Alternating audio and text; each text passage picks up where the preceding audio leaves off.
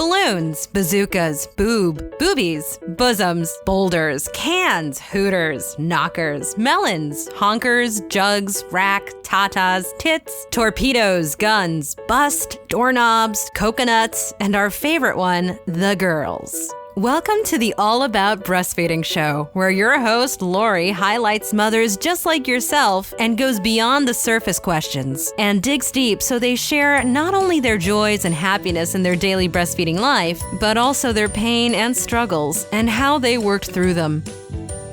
Episode number 87, Premature and NICU Babies and Breastfeeding. Welcome to All About Breastfeeding, the place where the girls hang out. I am your host, Lori Jill Eisenstadt, IBCLC.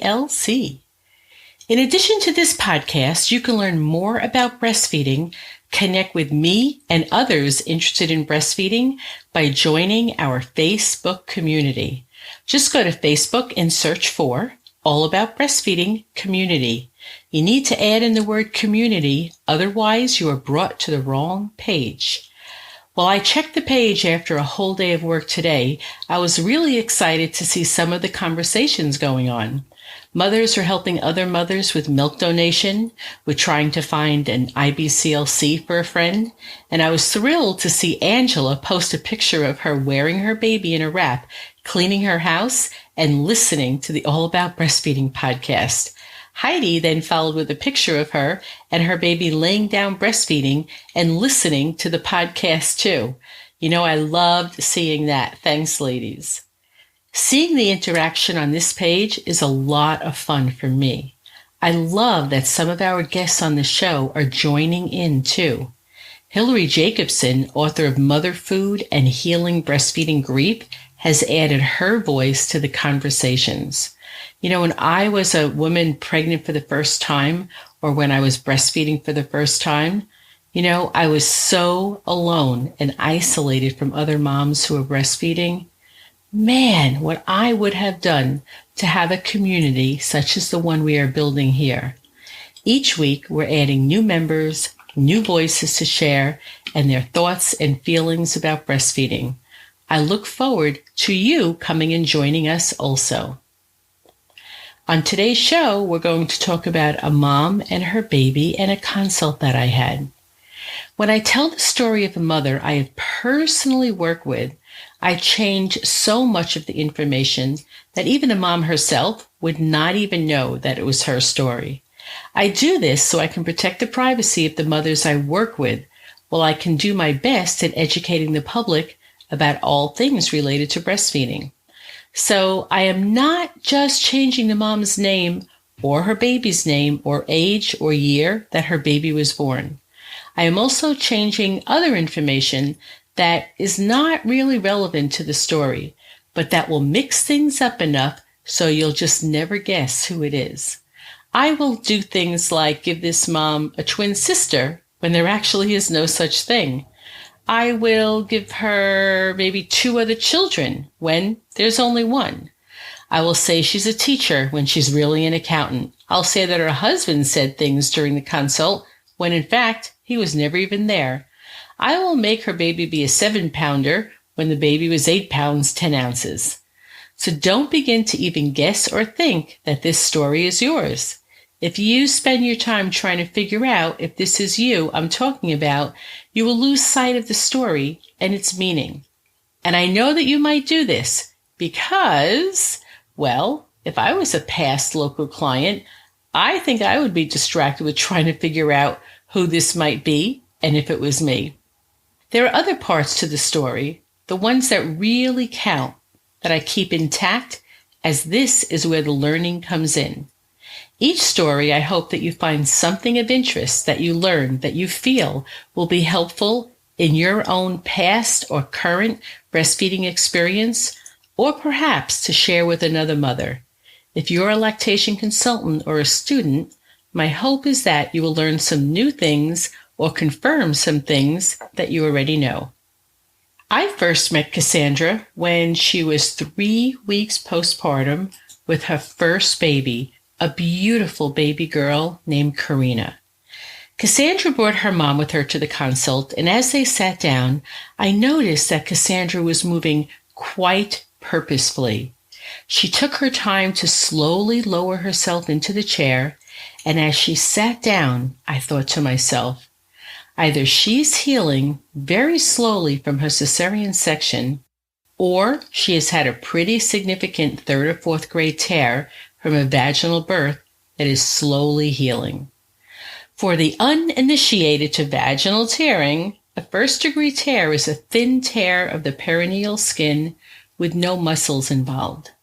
A 2nd degree includes skin and muscle.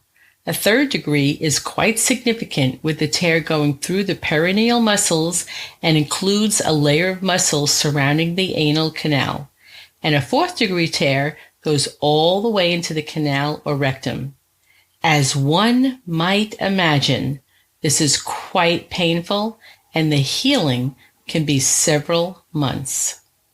So I offered her the donut to sit on, and she accepted and appeared grateful. Now, one might wonder why I'm even talking about this. Why would I need to know this as a lactation consultant? After all, I'm not her medical doctor. Well, the interesting thing about being an experienced lactation consultant is that you learn to be more aware of many different things. Breastfeeding is not just the mother, her breast, and the baby. It really is so much more. For Cassandra, I'm already making a mental note that I have to keep her sore bottom in mind as we proceed. This is because, believe me, Cassandra is surely quite distracted with her sore bottom, and this may very well impact how she is able to pay attention to me and incorporate what I will need to share with her. Cassandra tells me that she got off to a very rough start with breastfeeding. Her baby was born 3 weeks early, and the birth was long and traumatic.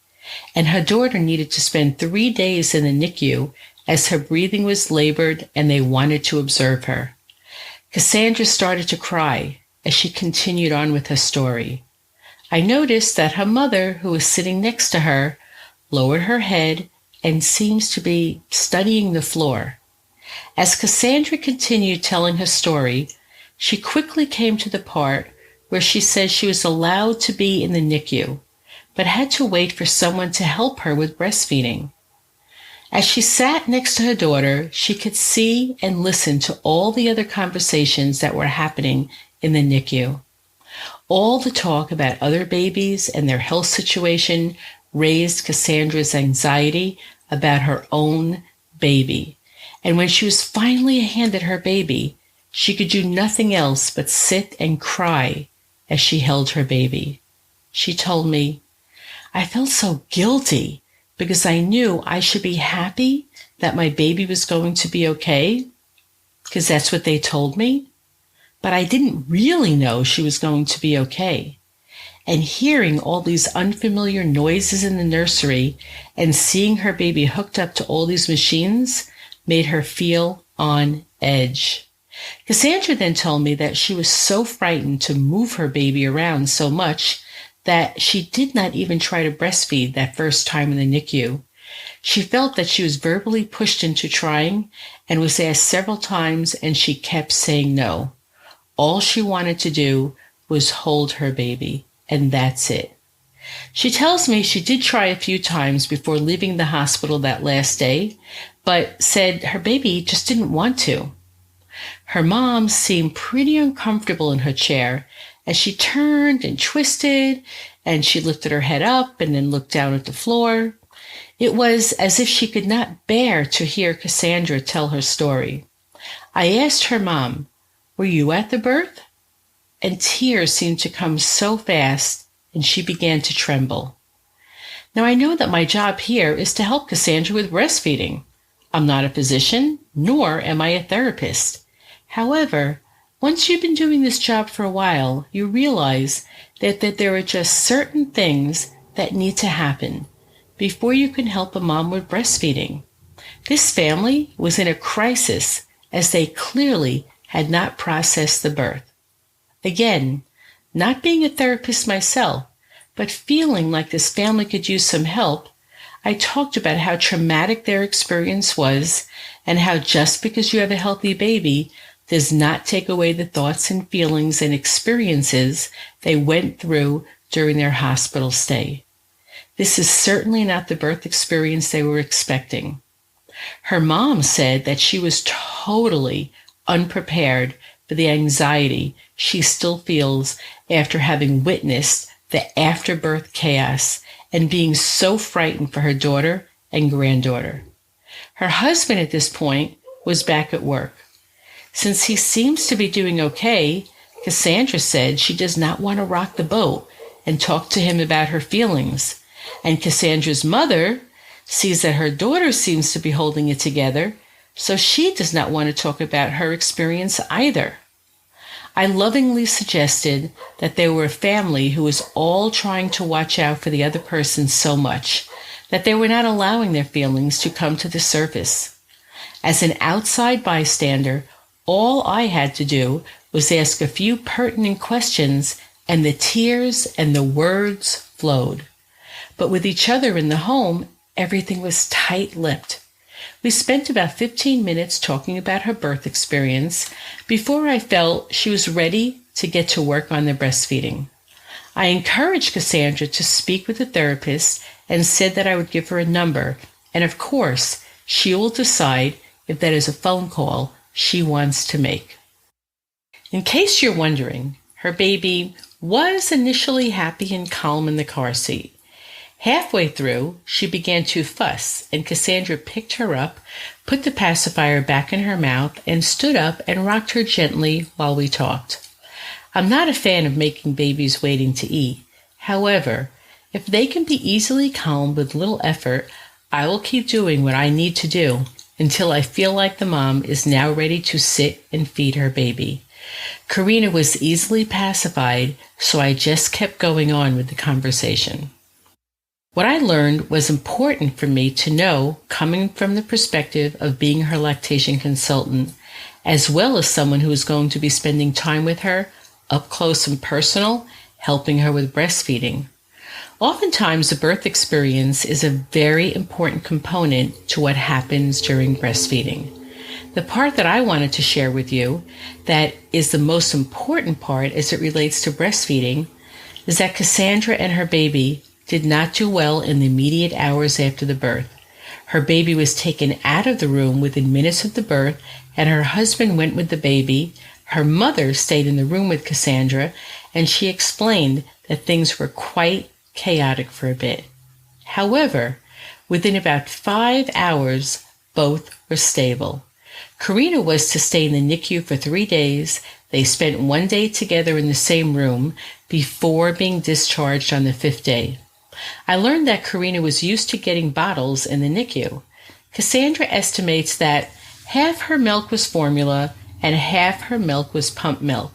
She is happy to say that since Korina turned a week old, she's been drinking only express breast milk and is gaining well, sleeping well, and thriving. Cassandra expressed that she really wanted to breastfeed. It never even occurred to her during her pregnancy that she would feed her baby any other way. When I asked Cassandra what happens when she tries to breastfeed Korina, she tells me that Korina seems to get stiff. She pushes away and quickly starts to cry. Cassandra just cannot stand to see her baby cry, even for a minute. I wanted to start the consult off with a weight check, and Cassandra wanted to change Korina's diaper. As soon as Cassandra started to change her diaper and her baby let out just a little bit of a cry, her mom held the pacifier in the baby's mouth.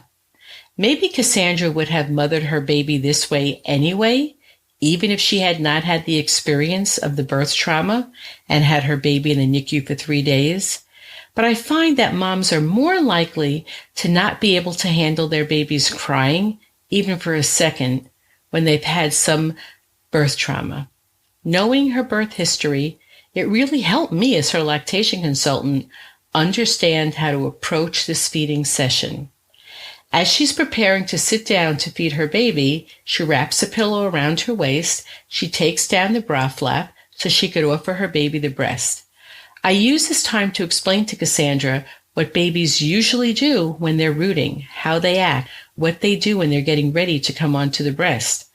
I ask her if Korina ever cries before getting the bottle, and Cassandra says that yes, but she does her best to get to her as quickly as she possibly can. I explain to her that while no one really wants to hear the baby cry, it is fairly common for babies to cry during diaper changes and getting dressed.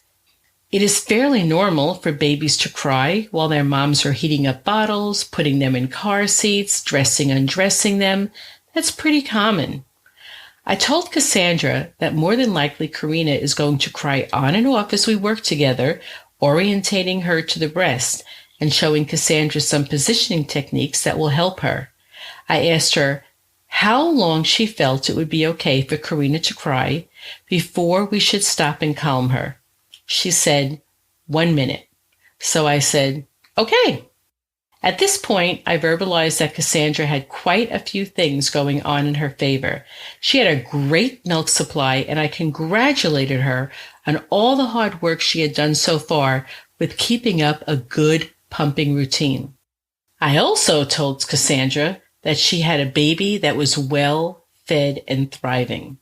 From my evaluation, I could easily see that there's no reason why Korina should have a hard time latching, as everything with her oral anatomy was quite normal, and so was the breast and nipples. I explained what things might be like on Korina's side, trying to get Cassandra to get into her baby's mindset. I told her that Korina was used to a very different sensation in her mouth. The smell, the taste, the texture of the firm nipple teat was far different than her breast and nipple, and it did not fill up her mouth like a beautiful, soft breast and different nipple texture does. The mechanism for removing the milk from the breast was very different than it is from the bottle. How she is being held during the time she is getting food is also very different. And lastly, once Korina gives one tight nipple compression on the bottle nipple, she opens her mouth and gets a flood of milk right away. So she's being held differently. It feels differently in her mouth. She has to suckle differently to get the milk, and it comes really fast and very immediate with the bottle. So I wanted Cassandra to try and just keep this in her mind about what might be happening with Korina and focus on understanding this rather than focus on the fact that her baby cries each time she brings it to the breast, because this pretty much makes her feel like she's hurting her baby. And I told her, reminded her, that any time she wanted to stop, we would, and we would take a break, or totally stop if that's what she wanted. She just needed to tell me. This made Cassandra feel much better, and I took the time to watch what she really does when she latches her baby onto the breast. I saw a few things that could be tweaked, explained what adjustments I was going to suggest, and I explained the reasoning behind it. And thank goodness, for the first 5 minutes or so, Korina was fairly normal, so it really allowed me to show her the difference between what she had been doing when she was latching her on and the adjustments that I wanted her to make. And I was able to do this with Korina being fairly mellow. She was tucked in nicely, and there were no arms or legs flailing, and she wasn't crying at all. Unfortunately, as Cassandra practiced this a few times herself, Korina began to cry, and her cries escalated pretty quickly. We worked together for about another 30 minutes, with Cassandra stopping whenever she felt she needed to calm Korina down. Korina would either not latch on and not suck, or latch on and give a few sucks and then cry and push off. At the halfway point, she said she wanted to give Korina her milk in a bottle. So I said, of course. She fed her about what she would have before stopping to burp her. I asked her if she would like to try her at the breast again or finish giving her the bottle, and Cassandra said she was willing to try breastfeeding her again. For the next 10 minutes, Korina cried on and off, and finally, at some point, Korina latched on, began to suck, was a bit fussy. She was kind of twisting and turning, but she kept up the sucking rhythm, and all of a sudden, I could see that she had a letdown. And I pointed this out to Cassandra, who was making that connection between her milk letting down and her baby calming down at the breast. She stayed on that breast until she was done. During this time, I was able to review with Cassandra normal newborn breastfeeding behavior, normal sucking rhythm, tips on how to tell when she was done. I just had her close her eyes and just feel the rhythm of Korina's sucking. Feel that gentle tug, but painless, of her nipple in the baby's mouth. And I just had her sit with that just for a little bit so she could feel it, so she could remember what it felt like later. There were lots of tears in the room. As she had her eyes closed, I could see her tearing up, and when she opened up her eyes, they started rolling down her face. But this time, there were happy tears from Cassandra and her mother, and yes, some from me too. Once she was done with one side, it took about 15 minutes of off and on fussiness until she finally latched on and settled into a good rhythm. And this was great because Cassandra was able to see that, again, not that it was okay that her baby was crying, but she could stop, she could calm her baby down again, and then she could try again. And she was totally empowered that it was her decision how long she tried her before calming her down, and how long she calmed her down, and how long it took for her to decide to bring her baby back to the breast again, or she could give her the bottle. Cassandra kept stopping and calming. She did what she felt she needed to do. Once Korina was done with one side, Cassandra started to work with her, latching her onto the other side. It took about 15 minutes of on and off fussiness and calming her until she finally latched on and settled into a good rhythm.